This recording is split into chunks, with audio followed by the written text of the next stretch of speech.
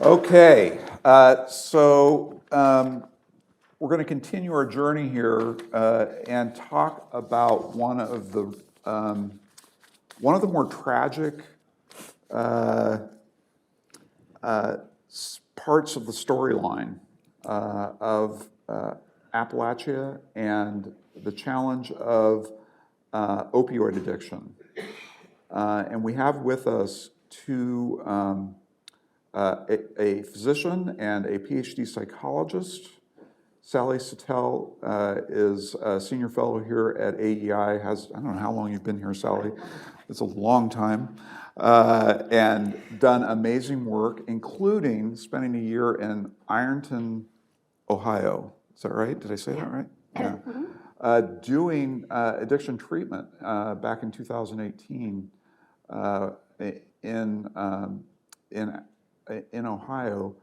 And also Keith Humphreys, who is from Stanford University, where he is in the faculty as a psychologist, who's also done really significant work on opioid addiction, and is also from West Virginia, and has also spent time in the UK doing a lot of work with their addiction programs, so much so that Queen Elizabeth, not very long at all before she passed away, made him an honorary member of the Order of the British Empire for his service to the people of the United Kingdom.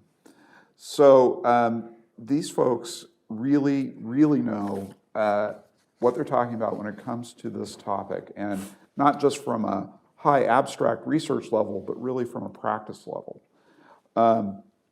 So to get us started, before we get into the particulars of opioid addiction and how it's affected the Appalachian region, I'd like to focus on a very preliminary question and get both of your responses to it, which is, what is addiction? There are a lot of different models for thinking about it. There's a disease model, a moral model, that's my term, nobody else's term, but kind of viewing this as a failure of character. And there's a behavioral model, and I'm sure there are other models, but I'd like to have each of you just tell us which one you think gets us closest to the right understanding of what addiction is and why. And Keith, why don't you kick us off? Sure, and thank you, Brent, for bringing us together. And I've enjoyed the light of everyone's company, and I've had a lot of great conversations today, so thanks to all of you. Addiction, I'll put it to you in science terms. So that when people started addiction, they started with animals. And these very famous studies back in the 50s that showed something remarkable, which is a rat, if given stimulation in the brain that was pleasurable in a particular region, would continue pressing a bar to get that stimulation, even to the point that they starved to death with a pile of food right next to them. And being kind of nasty, scientists did other things. They proved rats would run across electrified floors to get to drugs. They proved that rats would pass up water to drink opium-filled water if addicted to opioids. So the way the animal researchers thought about addiction was it is repetitive engagement in a behavior despite destructive consequences, up to and including death. Now, when you talk about people, people can do things that animals and experiments can't. First off, they have many more choices in their environment. There's not a lot to do in a cage. We have far more freedom to pick other rewards. And we also have the ability to talk and report on our mental states. So with people, we observe, again, in all addictions, destructive behavior, repetitively engaged in, even up to the point of death, but also being able to articulating things like, I am spending an inordinate amount of time thinking about my drug, getting it, using it, recovering from it, thinking about it, getting it, using it, recovering it, taking up a huge amount of mental real estate in people's lives, to the destruction of other things they ought to be thinking about, like my job, my family, my community, my health, my well-being. You also have subjective loss of control as a signal indicator that someone has addiction. So addiction is not just they use a lot of substances, because lots of people who use lots of substances to the point of harm who aren't addicted. But it's I told myself I was going to have one drink, And 4 hours later, I'm on my 10th drink. And I'm kicking myself, and the next day I know I'm going to do the same thing. And unlike other areas of my life where I seem able to exercise control, I keep not doing it here. And I can't understand why, and I'm alive to the fact that I am not in control of my behavior anymore. And that's another signal kind of thing. Last point to say is that it's not the same as being dependent, physically dependent on a drug. All that means is when the drug is removed from your body, you have withdrawal symptoms. Almost every person who's addicted experiences that, but you can experience that and have no addiction at all. If you have a surgery, you're on your pain medication, you take it for a couple of weeks, you stop taking it, you will have some withdrawal. That does not mean you're addicted. So those experiences aren't necessarily the same thing. People can, get off a substance that they've been using and not do that destructive behavior. So the metaphor I use is coffee. I love coffee. I have coffee every day. Coffee is fantastic. If I don't have coffee, I feel sleepy, I get a headache, but I have no problem there. If I had to choose between coffee and my children, I could make that decision even though I would miss them.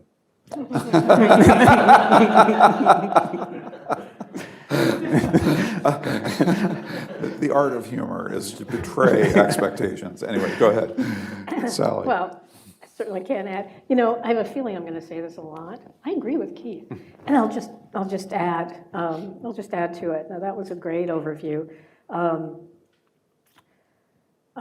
There is a definition in what our diagnostic manual, at least in psychiatry, and you certainly covered it. This idea of use to excess, despite negative consequences, with usually accompanied by craving and difficulty stopping. And that's just descriptive.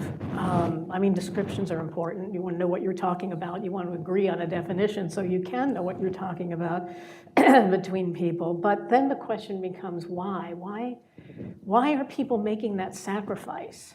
And too often, and I didn't hear you saying this at all, but I think too often the answer to that would be, it's almost tautologic. Well, they're addicted. Well, the drug is so powerful that the person is helpless to fight it.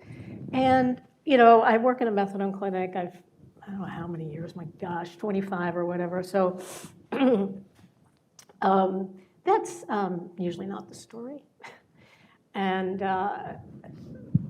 drugs certainly are, some drugs are addictive, some drugs aren't. And certainly that reflects in how likely, out of 100 people, some percentage of them are to get addicted to it. But the real question is kind of what's the anatomy of the attraction to the drug? Why do people continue to use it? And why do they decide to stop? And I'll use one example, like a word that we've heard a lot about, and it's in fact the title of a very popular book about the opioid crisis is called dope sick. And I'm sure you've heard that term anyway. And that refers to withdrawal. And you get significant withdrawal with alcohol, heroin, barbiturates, drugs called benzodiazepines, which is Valium-type drugs. The syndrome does exist for stimulants, but it's a little less physiological. And that's true. And then the idea, this used to be the old idea of how to kind of define addiction, which is that a substance had to have a profound withdrawal syndrome, which is why cigarettes were not considered addicting until like the Surgeon General didn't consider them addicting until the 80s.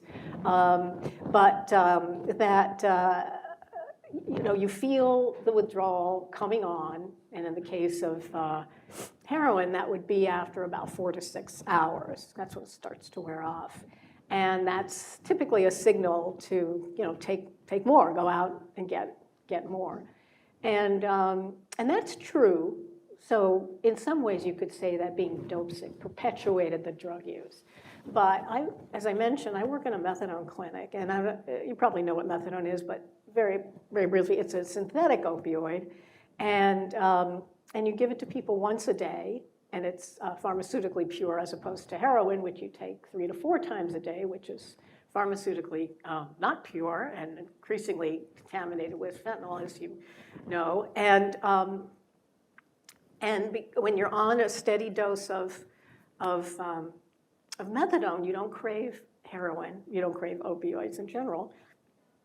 and you don't experience withdrawal. And that's the whole point, really, of the treatment at the beginning, is to just get people to stand still, so they're not rushing around using drugs and getting, overdosing and committing crime. And then that's where rehab basically starts. But it has to start with someone who's standing still. But what about a person who comes into the methadone clinic? We give them the methadone. They stop their heroin. It gets replaced, same receptors in the brain, with methadone, and they still use drugs. If dope sick were enough of an answer, then no one on methadone should continue to use drugs, because we already filled those receptors. So there's something a lot more that drives people to use drugs. And you can find them in any addiction memoir. There are so many addiction memoirs, it's amazing. But basically, it's just to be very brief about it, it's a vast inner discomfort that people have. I'm a big believer in what's called the self-medication model of addiction, which is to say that people use drugs for a reason. Sometimes there are reasons that, as a psychiatrist, I can use my real medications. If they're really depressed, I can use Prozac, and my gosh, that might really make a huge difference. Or they're anxious. Often it's more along in what I call almost the existential plane. The memoirs that I alluded to, I don't know if this is an artifact of who writes memoirs, but one of the most common themes is self-loathing. And heroin, all drugs really, but since we're talking about heroin, opioids tend to, they have an effect, depends on how much you take. At low doses, they can actually be energizing for people, but people aren't knotted out all the time. They are sometimes, but they're not necessarily knotted out. That's the cinematic version of it. They're often working. Almost half the people in my clinic are more at work if they don't get paid for it. It's all a lot of it's under the table work, but they're effective people. But they are fill in the blank, just people who are profoundly empty, people who are struggling with sometimes traumatic memories, people who just have a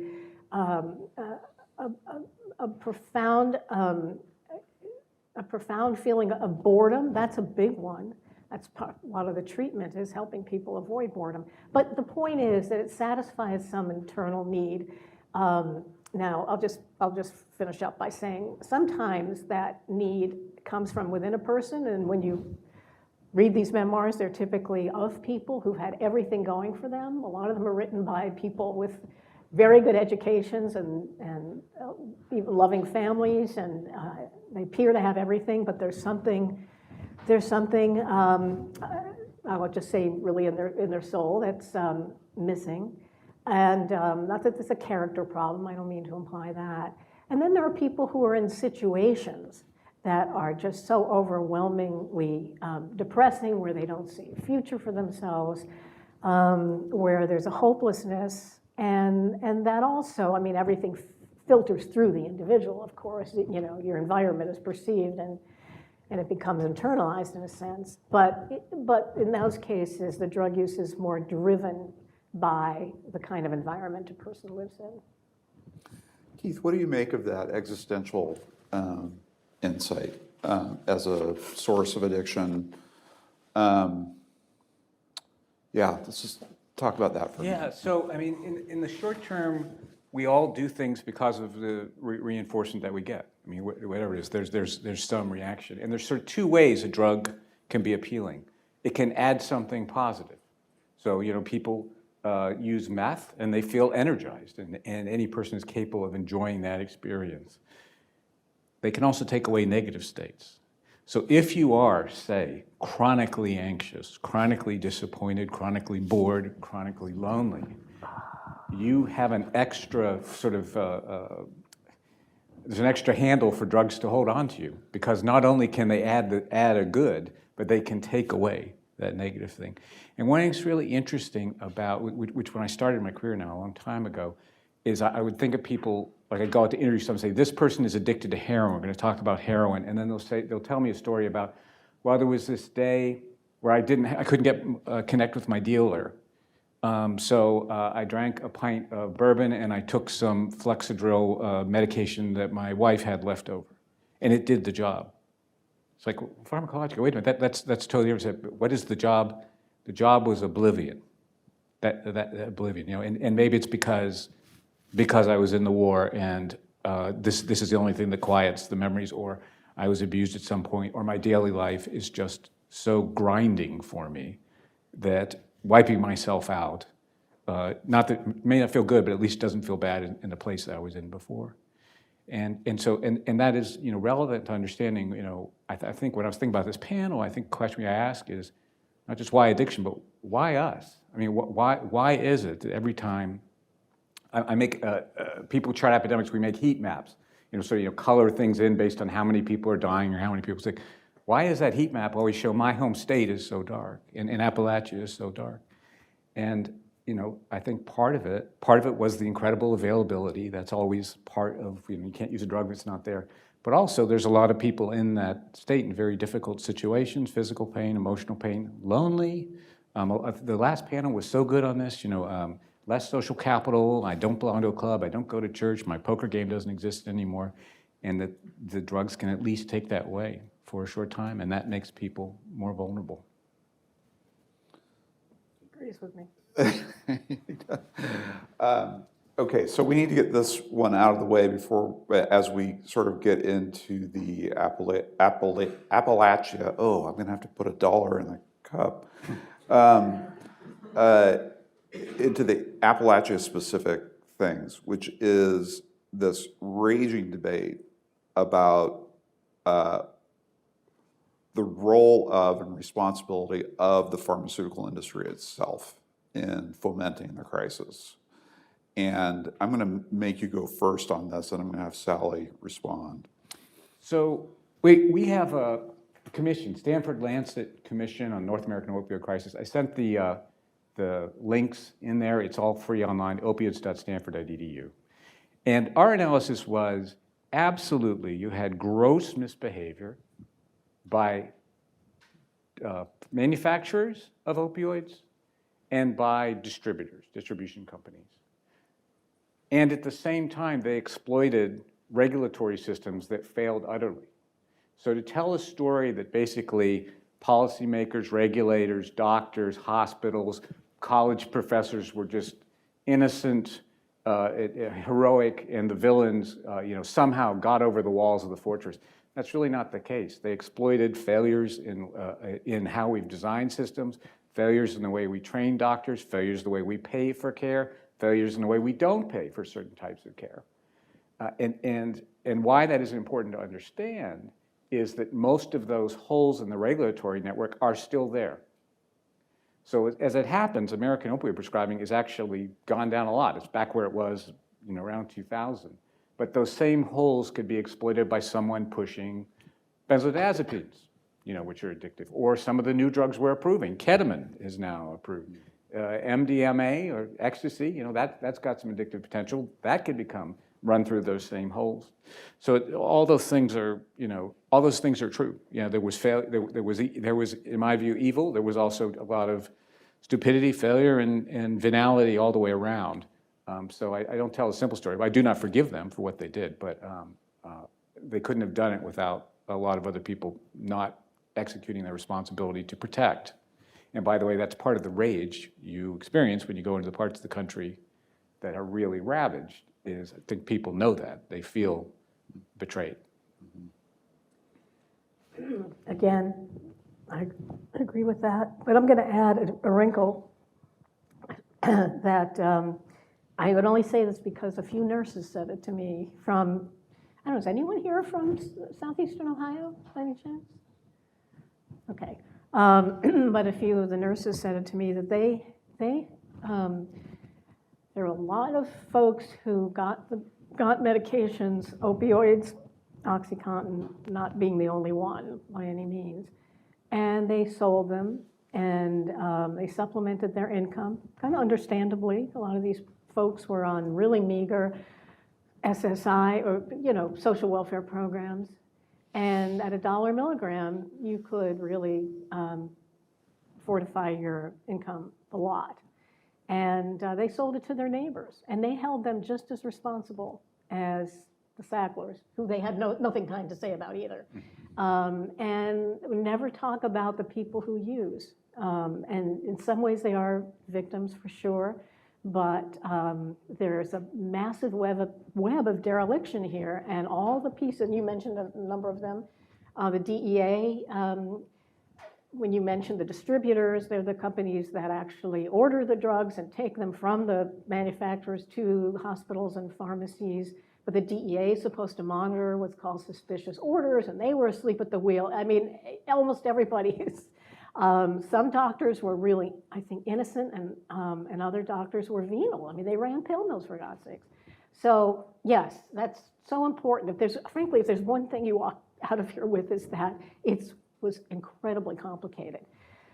What I'd like to add is why I think Appalachia was somewhat special, although you could probably say this about Maine also. Maine and Appalachia, Northeast New England, and were two of the original hotspots. In fact, I think Maine was the very, very first place there was an OxyContin outbreak. But and as you know, I'll tell you guys that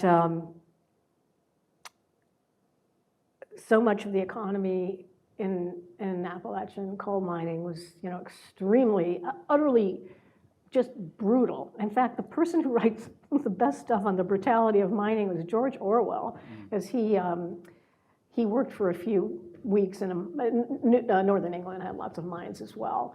And but he could write about anything, probably better than anyone else. But it's brutal in some of these coal mines.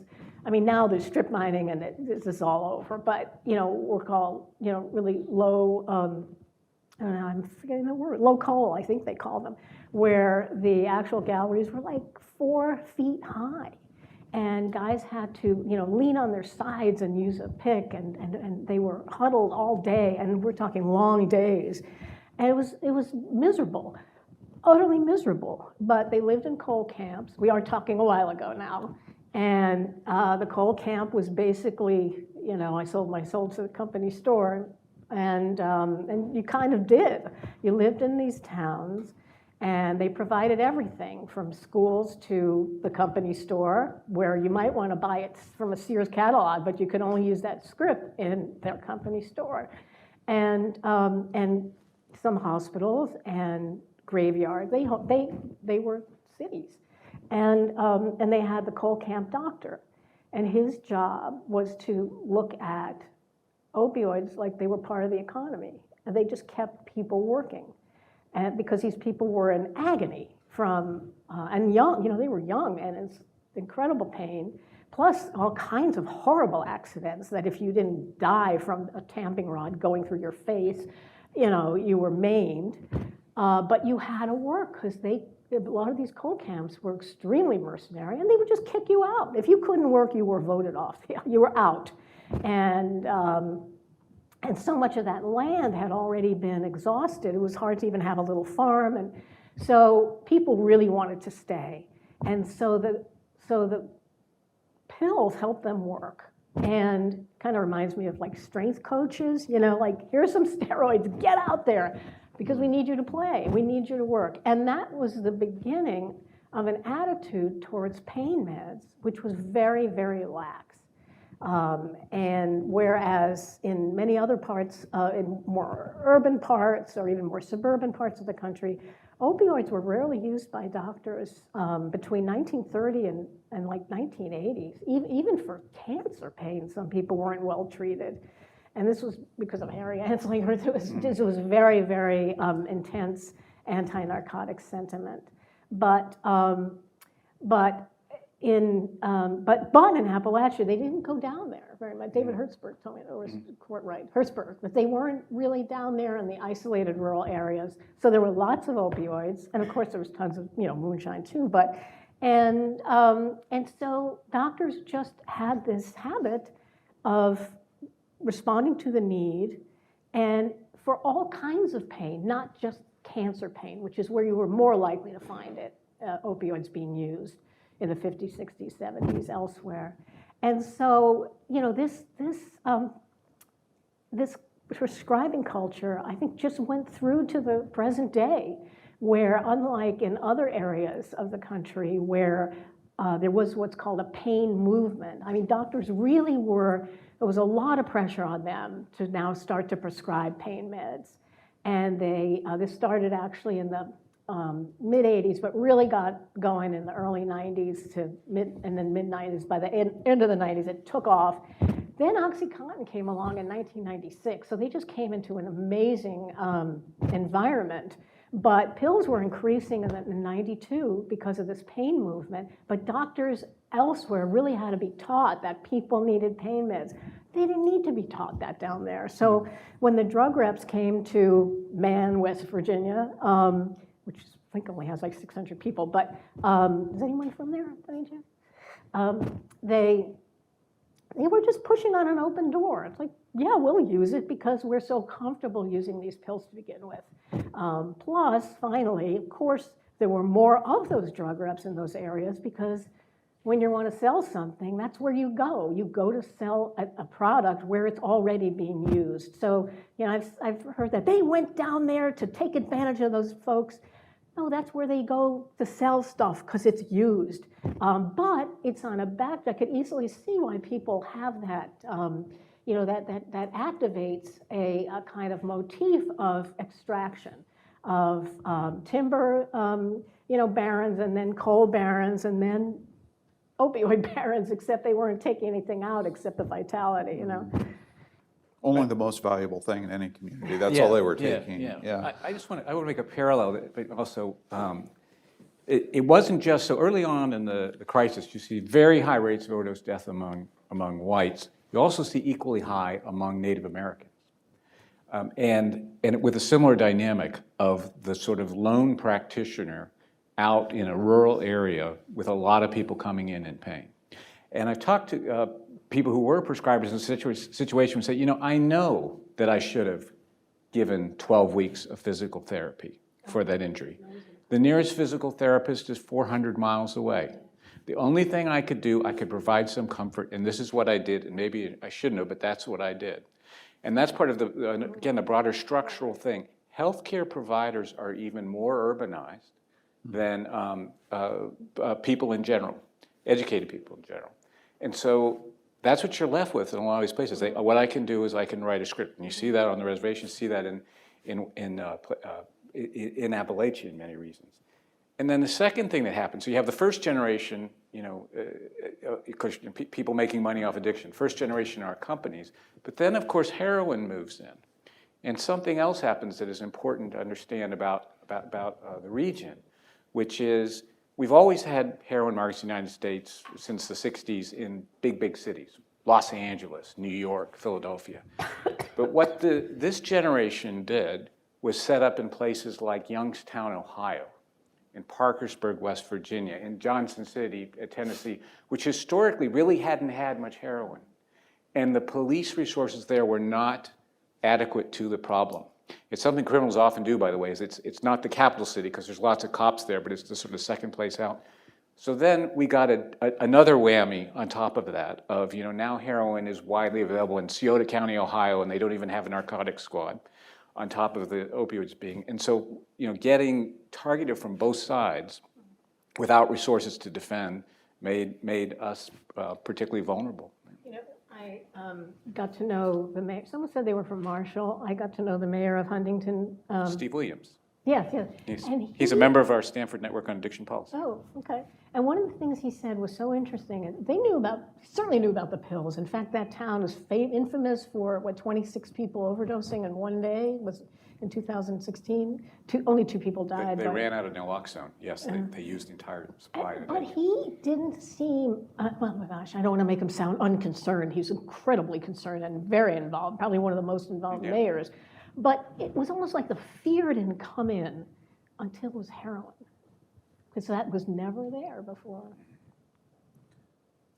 Well, in scanning the audience, I see a lot of attention being paid to what you're saying. And I'm wondering if we're almost out of time, but we have we have some time for questions. And yeah, we've got a question up front here. Go ahead, identify yourself. Wait, hold on a sec. I got a mic for you. Hi, I'm Madison Cox from Maryville College. I just had a question about, you mentioned that there's lack of support for the people who are basically just going through the cycle of take the drug, withdraw, relapse.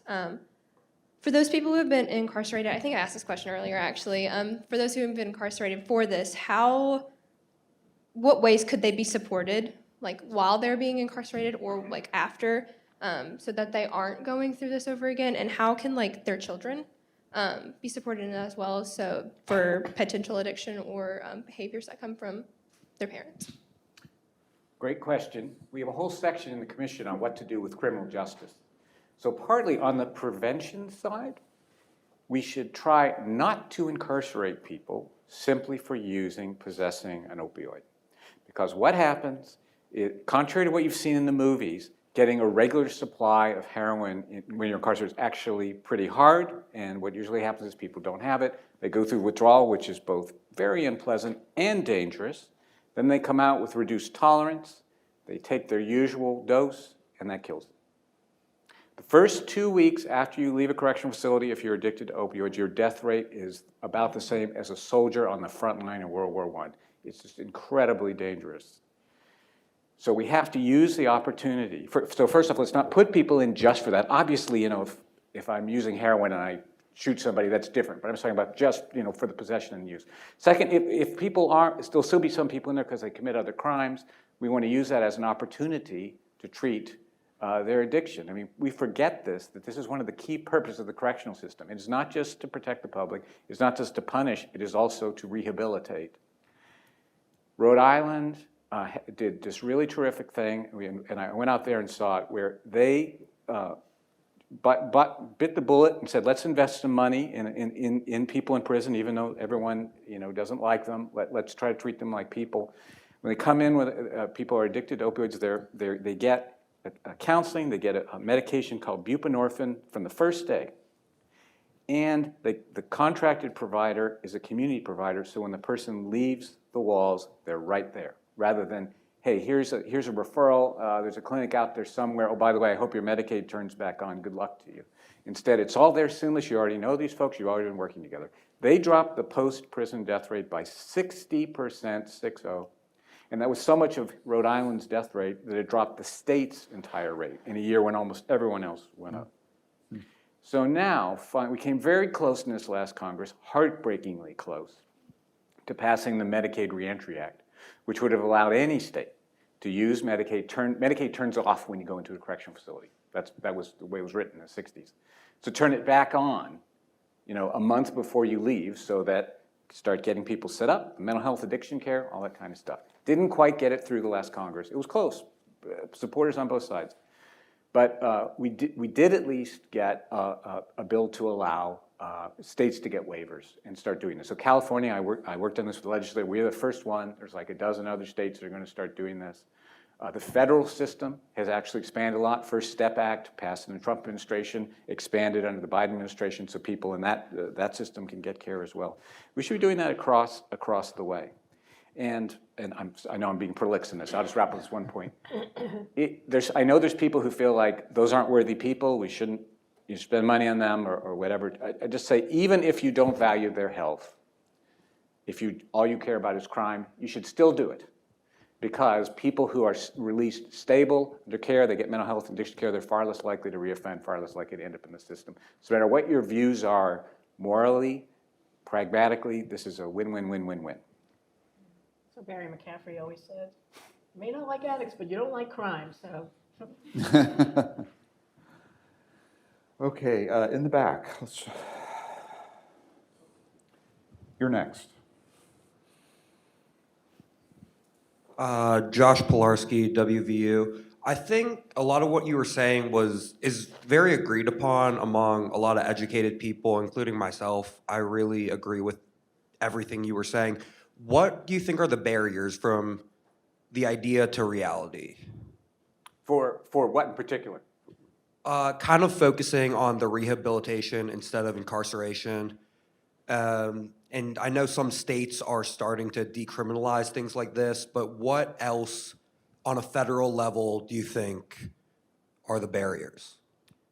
Okay, so that's a very important question. So one of the first things to know about this town is that it doesn't actually influence criminal justice very much.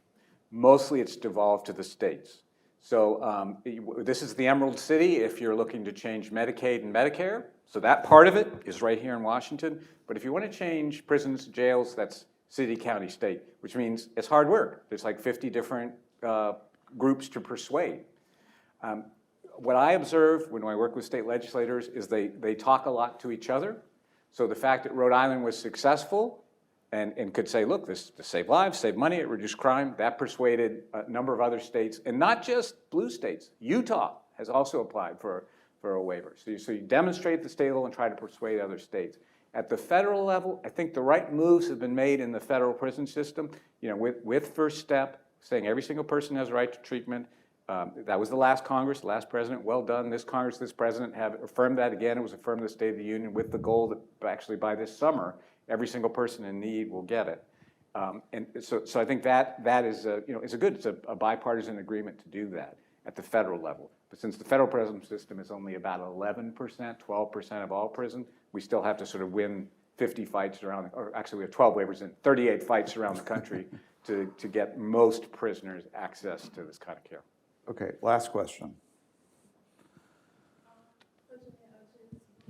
Oh, Okay. I was actually pointing beyond you to this gentleman, sorry. Michael Borsick from Marshall University in Huntington, West Virginia. Yeah. My question for you is, you mentioned that we're starting to see another generation of addicts coming, mainly the kids of users are becoming addicted themselves. What programs do you believe are successful in keeping the young people away from drugs?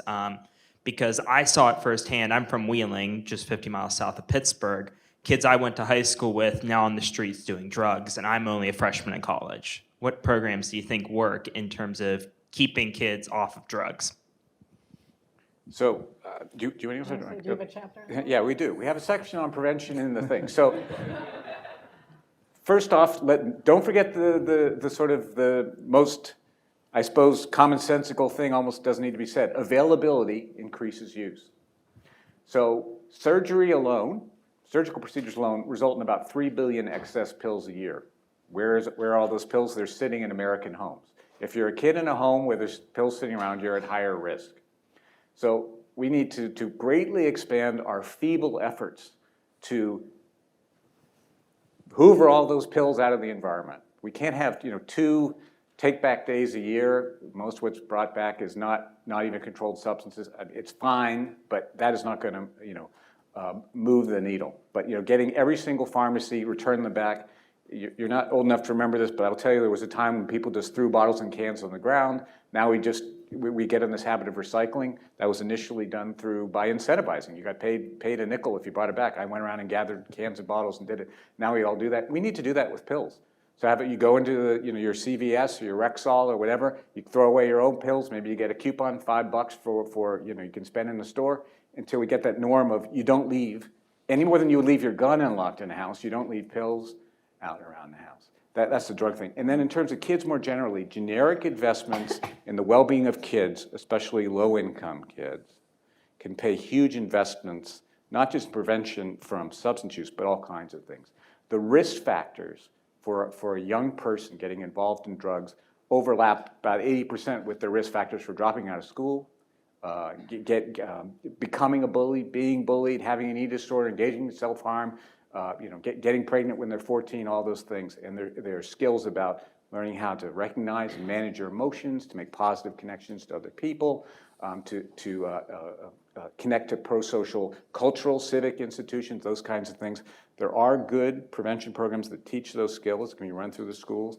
We need to be doing those at scale, and we will get many, many benefits, not just in addiction, but we will get just healthier, happier children.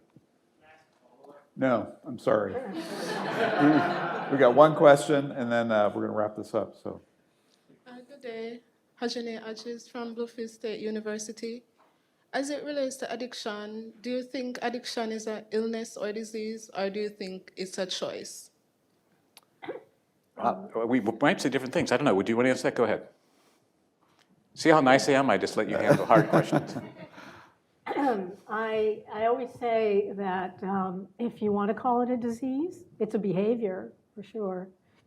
It's a destructive behavior. But that if you prefer calling it a disease, and most people do, and I'm certainly not going to argue with them, but that they should know what kind of a disease it is, because it's not like other diseases. And that is kind of a mantra I've often heard. It's a disease like any other. No, it's not. And the intentions behind that statement are good. I know that. They mean there should be doctors and healthcare available for those, for folks like that. There should be these kinds of services.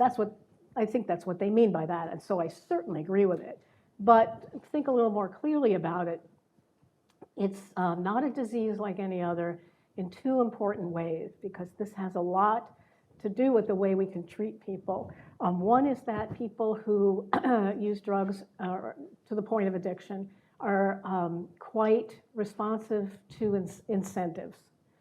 There are tons of studies where folks are brought into a lab, they are addicted, and yet if they're given some kind of incentive, in this case it may be money, but they will not use the drug that's offered to them.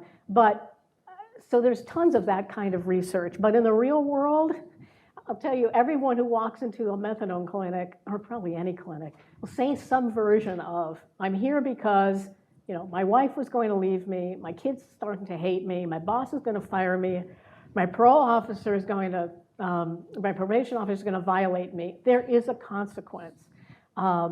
So that's very important. That would not be true of a more classic brain disease, which is another thing people call addiction, a brain disease. If you take a brain disease such as Alzheimer's, and you say to someone, while they can still understand you but have some memory problems, I'm going to give you $1 million if your memory does not deteriorate, and I'm going to shoot your dog if it does. It won't matter. These kinds of conditions are autonomous. They don't respond to incentives or what are called contingencies, which is to say rewards or punishments. And that's very important. And one reason it's important is because that's frankly the only treatment we have for stimulants is what's called contingency management, where people are rewarded for good behavior. In this case, that means staying clean. And the other important thing about how it's different is, and we alluded to this before, is that people use drugs, for reasons.